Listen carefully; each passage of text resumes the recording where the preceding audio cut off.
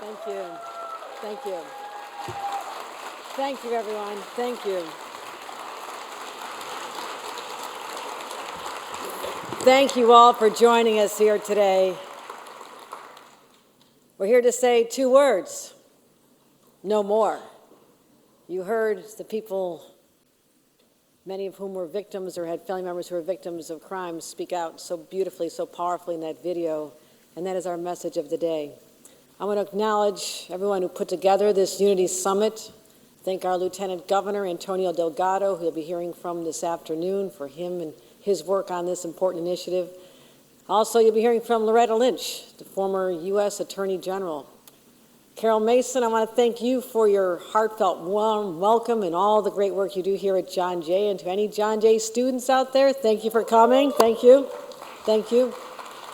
I know we have Darcel Clark, our Bronx District Attorney. Rosanna Rosado, the Division of Criminal Justice Services Commissioner, has joined us. Maria Imperial, the Division of Human Rights Commissioner, yes. Jackie Bray, Homeland Security. Elizabeth Cronin, the Office of Victims Services, and all the survivors and families and their attendants today, and of course our advocates. It's my honor to welcome you to what we call New York United, our inaugural Unity Summit. And again, thanks to Carol Mason for hosting us. It's the first time in our state's history that we brought together elected leaders, survivors, community and faith leaders with one purpose, and that is to stand unified against hate. And there's no better place to do it than right here in New York City. One of the most diverse, dynamic populations on the face of this earth, our home. And it's a great pride as New Yorkers, our melting pot of cultures, perspectives, traditions. But we also know many are also threatened by this. Individuals who have hate in their hearts. They want to tear us down. They want to intimidate us. They want to silence us. And the hard truth is this: we've lost some ground in our fight against bigotry over the last few years. There's been an alarming spike in anti-Semitism, anti-Asian, anti-everything. The numbers are stunning. Attacks on our transgender neighbors. Troubling rise in white supremacists.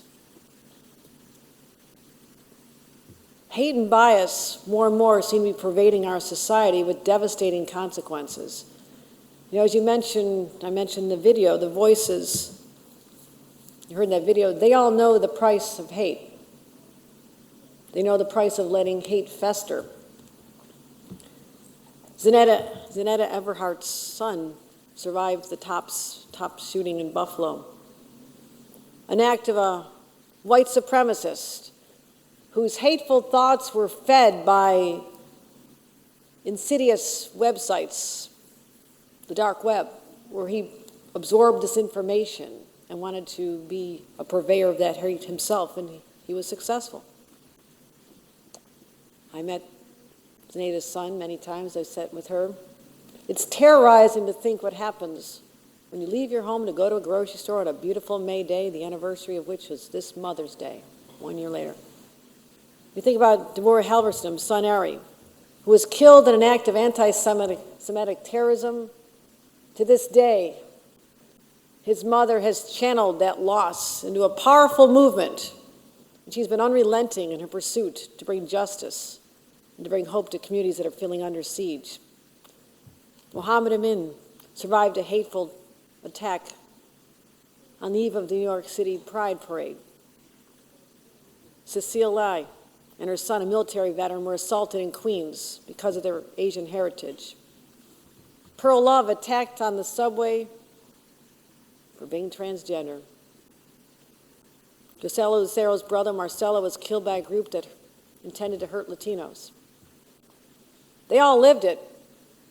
I shouldn't say lived, that sounds like it's in the past tense. They still live this. And it has an effect on your psyche, your sense of security. The pain and trauma lasts a very long time after the act of hate occurs. And as your governor, that's just unacceptable, that there's people living in our great state who've had to endure the unspeakable. No one should ever live in fear of being targeted because of the color of their skin, their ethnicity, their religious beliefs, their disability, how they identify, or who they pray to. So how do we right these wrongs? This is when leadership matters. Standing up together against these cowardly acts as one united, powerful voice. We call out hate when we see it, and we take meaningful action to protect our marginalized communities. That's the work that continues today.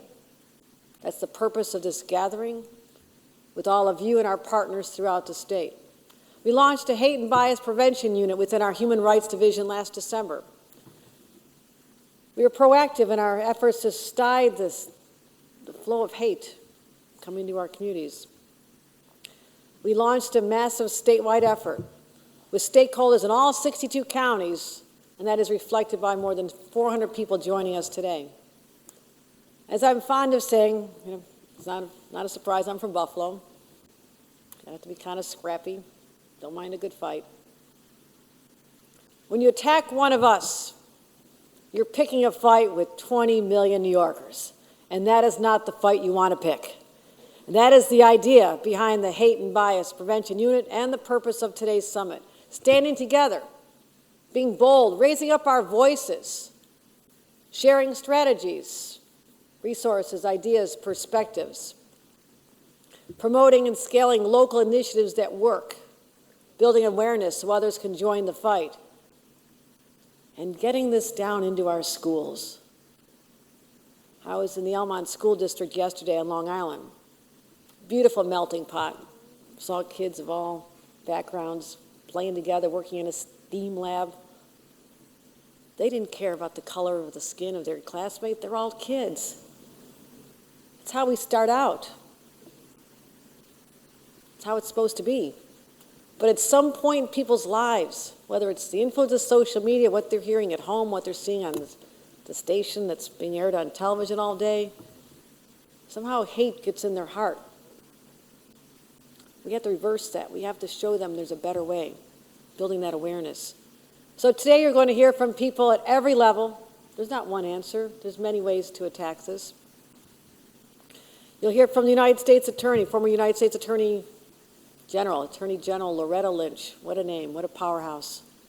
Her voice is powerful. She has seen so much, and to bring her life's experiences to this forum is something we're grateful for.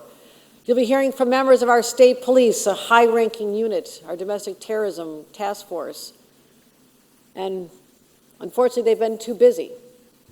I tracked the numbers of hate crimes throughout the state, the concentration, the counties hit the hardest, what the area of hate is, and monitoring social media. Because our goal is to not just solve crimes, but to prevent crimes.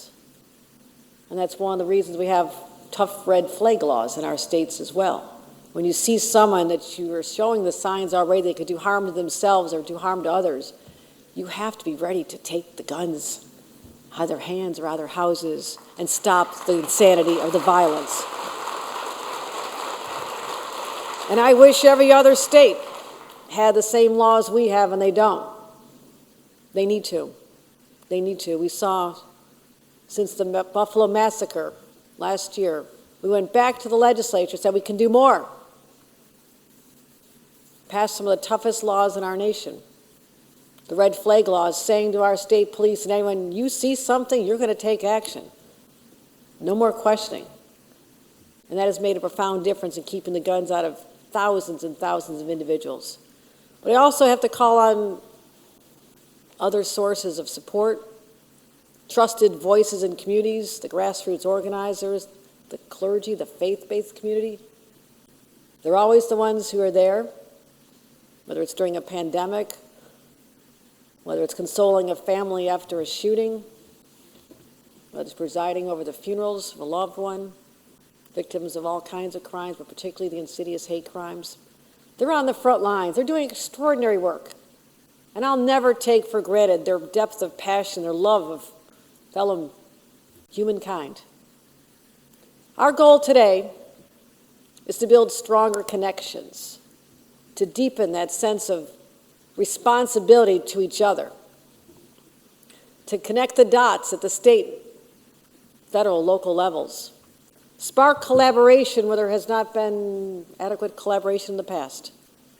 And in doing so, finding everything we can do in our power to start eradicating this disease, this sickness of hate. It's also a declaration. We're not going back. We know diversity is our greatest strength. You've heard that countless times. It becomes almost cliche. But it's true. Just walk the streets of this great city. Go to communities where people have embraced fascinating cultures and walks of life and identities, and just saying, my gosh, we're all so connected. We're human beings. We have this enduring bond. And how can we let others sever that bond between us? We're the ones that are going to strengthen it. And we'll fight like hell to protect our neighbors because they're part of the New York family. Today is just the beginning. I said when I announced our hate and bias unit last year that we're going to start taking this out. Not just sit in a few places and talk about it and everybody go back to their daily lives. But let's have regional councils and have accountability and bring together, many of you are in this room who've said yes, 10 regional councils. Because different parts of our state are dealing with different biases and challenges. And today I'm proud to announce that those regional councils have been formed. They'll begin their work the upcoming weeks. And there'll be many, many opportunities for others to get involved. You also may have heard we just passed a new state budget. Glad to be done. But within that, we put more money for enhancing our hate crime security efforts and prevention efforts as well, because we need resources. We secured an additional $35 million to help organizations that deal with communities that are high risk of hate crimes and vandalism, ramping up security measures at places of worship and vulnerable places as well, as we've done for the last few years, protecting their members. Also, we need more trainings. We need sensitivity. We need to have more social media messaging, public awareness campaigns and outreach, and to let people see countervailing voices to the ones that seem to be dominating the conversation. That's something we can do. And let people, especially young people who aren't quite sure, what path they're going to take, let them see something positive, something uplifting, the celebration of life that comes from accepting each other's differences, and how collectively it all melts together and does something quite extraordinary. Not every state can claim that. I believe we'll be a model for the rest of the world. We can show what happens when people, good people, like-minded people, who believe in the purpose that binds us all and why we're here on this earth, to make other people's lives a little bit better, to lift people up. That's what my faith taught me growing up. Do as you do unto others, you would have them do unto you. Pretty basic. But every faith has its traditions. But the common denominator is lifting each other up. We're all God's children. Have that sense of ownership of each other. And that's how we change people's attitudes. And that's how we deal with the challenges of today. That's how we treat people who have come a long journey and find their way to the city of New York and welcome them and help them be on their way to a better life. That's what it's all about. It's showing love and compassion for each other and their circumstances, empathy. And I'm afraid, as I see so much out there, I feel like that's one of the core traits, the core values that has been lost, because if we could empathize and put ourselves in each other's shoes and try to understand what it's like when you feel different from others, how isolating and lonely that can be, If you can just get that sense of connection, humanity, and empathy toward another person, it'll change how you treat them. And I have every confidence that people in this room have an abundance of empathy. I learned this from my own mother. She had us taking care of kids with disabilities, young kids of color from tough circumstances. She had exchange students. We had such a big family. There's always somebody else thrown in. I was amazed at all the kids staying in our house all the time because she just had infinite love and capacity and empathy. And I believe that as governor, I'm in a position to talk about that. That is not a weakness, it's a strength. Let's own that. Let that be one of our New York State characteristics. We know we're tough. We know we've got plenty of swagger. But also, let's show that we have heart. That I love New York, or we love New York. That heart means something. That is who we are.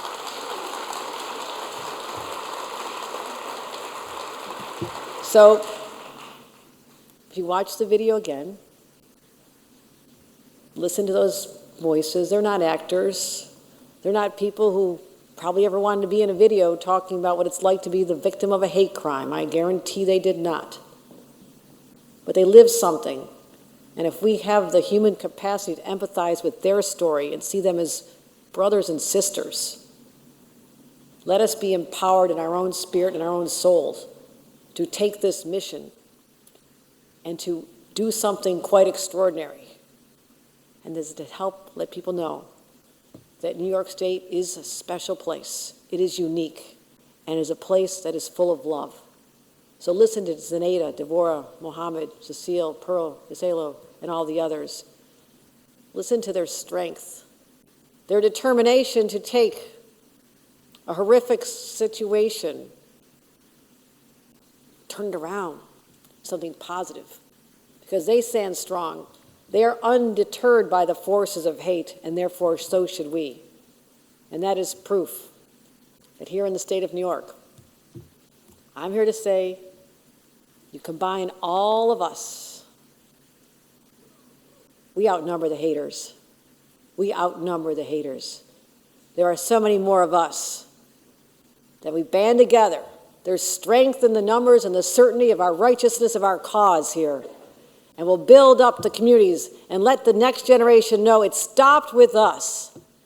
That'll be part of our enduring legacy. It stopped right here, and will inspire others to stand with us. That is the moment. That is our moment. This is our defining moment on what kind of New York we want to live in, what kind of New Yorkers we want to be.